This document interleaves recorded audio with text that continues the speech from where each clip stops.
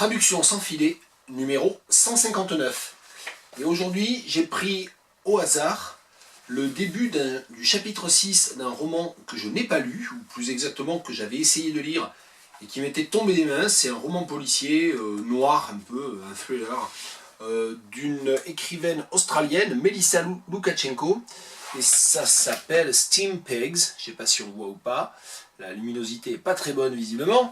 Et donc, Steam Pigs, chapitre 6, c'est un roman de 1997 en fait, de 1997, mais cette édition est de 2001. Excellent.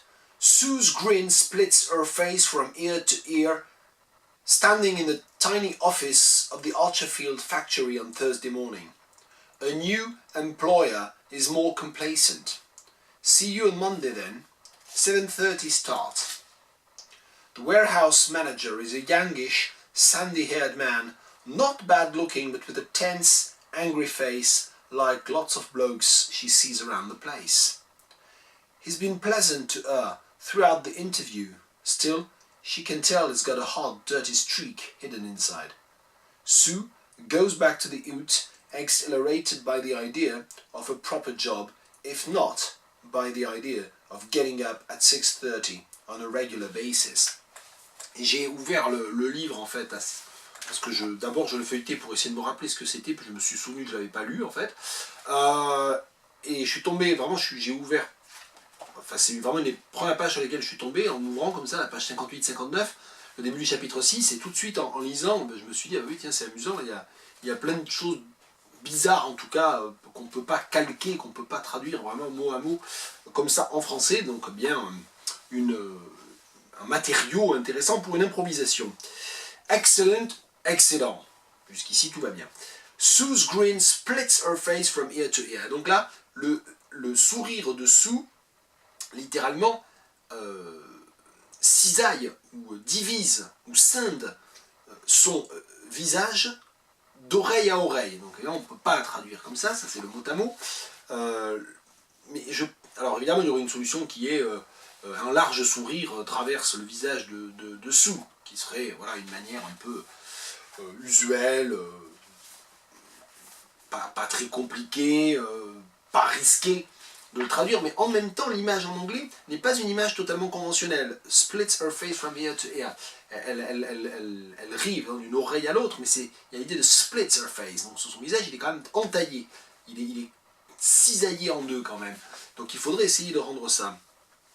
Le sourire de Sue, lui, alors soit lui entaille le visage d'une oreille à l'autre, ce qui est peut-être un peu trop fort ou un peu trop étrange en français, ou alors comment dire, elle a le visage entaillé peut-être, parce que sinon c'est avoir le visage barré d'un large sourire, mais je me demande si on ne pourrait pas justement travailler sur cette image. Sue a le visage barré d'un large sourire, alors Sue a le visage entaillé d'un large sourire. Standing in the tiny office, alors qu'elle se trouve dans le bureau minuscule of the Archerfield factory on Thursday morning, de l'usine d'Archerfield en ce jeudi matin. Her new employer is more complacent. Son nouvel employeur, ou son nouveau patron, peut-être, je crois, ça serait mieux, son nouveau patron est plus, alors, accommodant, je pense, parce que c'est pas complaisant, en fait, c'est accommodant. J'ai pas le contexte, j'ai pas relu la fin du chapitre 5 pour essayer de comprendre. See you on Monday then, 7:30 start. À lundi alors, 7h30, alors 7:30 start, c'est évidemment une brachylogie pour dire 7h30 du matin, le début, voilà, 7h30, on commence à 7h30. On commence à 7h30 pile, ou à 7h30 précise, parce que je crois que quand on dit 7:30 start, il y a dans la langue anglaise aussi sharp, on peut dire 7:30 sharp, pour dire vraiment sans faute, et je pense que cette brachylogie avec start joue sur la parenté phonologique avec sharp, donc moi je serais tenté de traduire les deux en même temps. On commence à 7h30 sans faute, ou on commence à 7h30 précise.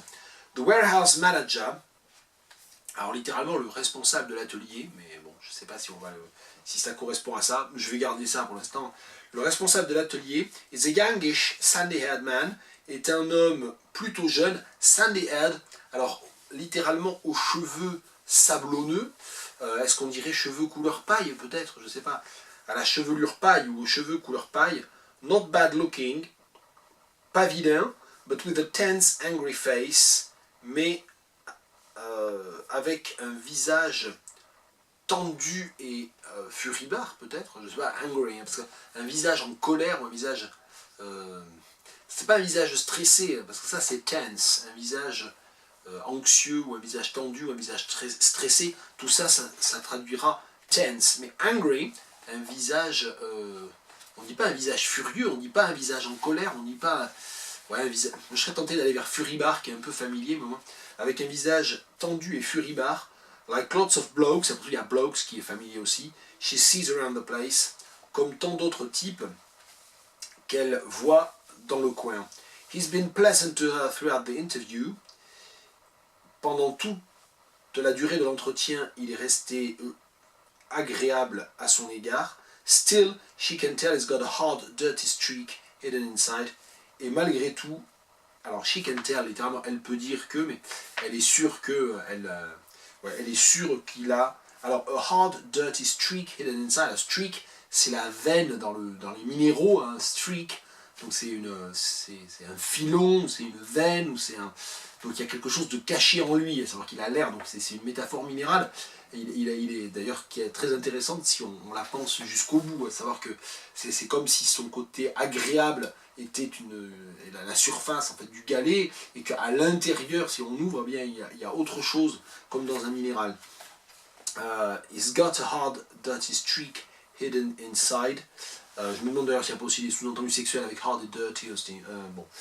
Hidden inside, il y a aussi ce côté, voilà, comme dans la phrase précédente, avec c'est quand même aussi un commentaire sur la masculinité ou sur la virilité toxique, je pense.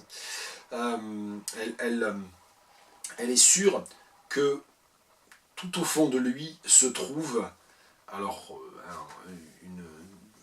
se trouve quelque chose, je vais peut-être l'affaiblir finalement, quelque chose de dur, non là c'est vraiment trop sexuel, ou trop mal dit, tout simplement trop maladroit, se trouve